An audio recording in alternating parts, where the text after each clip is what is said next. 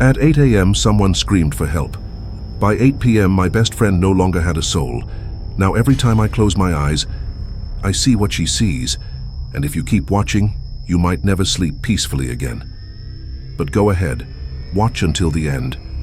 They love it when someone new joins the story. It was exactly 8:01 a.m. when the first scream shattered the silence of our small neighborhood. No one knew where it came from, but everyone felt it. A bone-chilling cry that seemed to echo through every wall and crevice. Just a few hours earlier, a new family had moved into the abandoned house at the end of Willow Street. A family with no digital footprint, no introductions, no smiles. Just 3 siblings, always together, always silent. I tried everything to find out who they were. Instagram, Facebook, even city records. Nothing. It was as if they didn't exist until yesterday. They barely spoke, only nodded when greeted, and seemed to disappear just before sunset. That morning, while walking to school with my best friend Megan, I found a small leather pouch lying on the sidewalk. It was old, cracked, and had a faint smell of iron.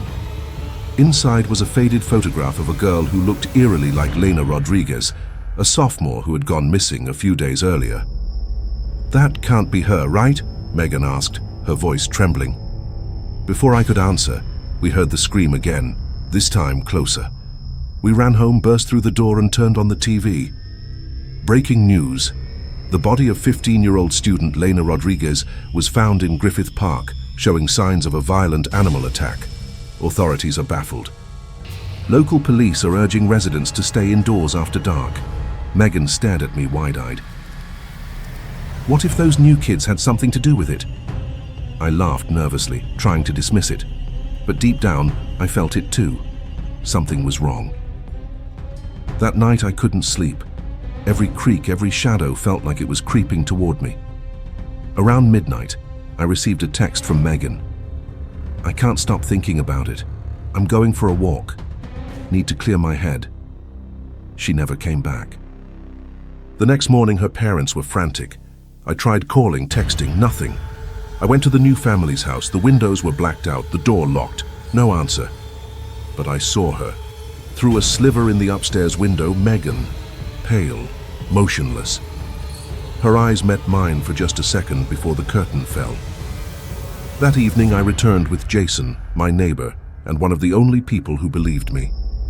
We snuck in through the back. The house was cold, unnaturally so, and filled with relics, ancient portraits, dusty books, jars with unidentifiable contents. In the basement, we found her, Megan, tied to a chair, barely breathing. Beside her stood the oldest of the siblings. He looked no older than 20, but his eyes were ancient. "You shouldn't have come," he said, his voice like gravel. "She was chosen." Jason lunged at him, but the stranger moved faster than anyone I'd ever seen. In seconds, Jason was on the ground, gasping. "You want answers?" he growled. "Then listen. We are not what you think. We are not from this time." He explained in chilling detail their origin.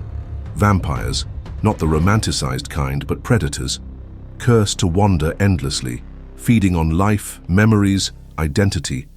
Lena had discovered their secret and paid the price. Megan was next, unless... "Join us," he offered, "or watch everyone you love vanish into silence." I looked at Megan, weak, afraid, then at Jason, bleeding but still fighting. "Never," I said.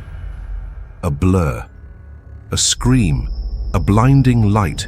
Jason had managed to open the curtain. Sunlight poured in and the vampire shrieked, retreating into the shadows. We barely escaped with Megan. The police didn't believe a word. They called it trauma, hallucination, mass hysteria. But we know what happened. And we know they're still out there, in every shadow and in every scream. Later that night, I woke to a noise at my window. Scratching. Long, slow, deliberate. I pulled back the curtain and saw nothing. But a smear of blood was etched across the glass, forming a single word: remember. The following days were worse. My reflection began to waver like a bad signal. My thoughts sometimes weren't mine. I would wake up in places I didn't remember walking to. Once I found dirt under my nails and a metallic raw taste in my mouth. Jason began losing time. He called me in the middle of the night, whispering about dreams that felt more like memories. Dark corridors, voices in ancient tongues, fire and blood. Megan grew colder. She wouldn't eat. She wouldn't speak. Her eyes, once full of life and mischief, now stared blankly into space. At times I swore I saw her lips move, murmuring names I didn't recognize. We tried to leave the city, packed bags, booked tickets, but the car wouldn't start.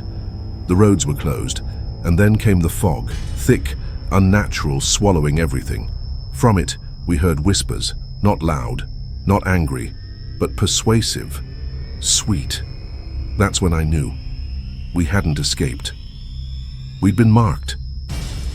The house on Willow Street isn't just haunted. It's a trap, a lure, a door. And we opened it. Even now I hear them, scratching, whispering, watching. Every time I blink, I lose a second and they take something in return. Jason's eyes no longer reflect light. Megan speaks only in riddles, her voice overlapping with echoes of the siblings we faced. I'm writing this not as a warning, but as a map. If you read this, remember, silence isn't empty, it's listening. Last night I heard Megan talking in her sleep, but the voice wasn't hers. It was deeper, layered, like three people speaking at once. The symbols have started appearing on the walls, ancient runes that glow faintly at dusk and burn to the touch. Jason now wears gloves even inside. He says it's to hide the marks, but I know it's more than that. The clocks no longer work. Time twists around us, days folding into nights, hours repeating like a broken record. Animals won't come near the house. Birds vanish mid-flight. Dogs howl and claw the earth until their paws bleed. Megan drew something in her notebook today. A door with no frame, floating in blackness. When I touched it, the page felt wet. I hear music sometimes, an old gramophone playing a waltz from nowhere. It gets louder if I try to ignore it. I've locked every door, covered every mirror, but the whispers still find a way in. The scent of roses now fills the air at 3:33 a.m. exactly, sweet and rotten. If I vanish before finishing this, know that I tried. If you made it this far, you're one of us now. Stay alert, stay safe, and never ignore the silence. Click like if this story gave you chills. Subscribe to Room 404 for more tales that blur the line between reality and nightmare. And don't forget to watch the next episode. What's coming will make your blood run cold.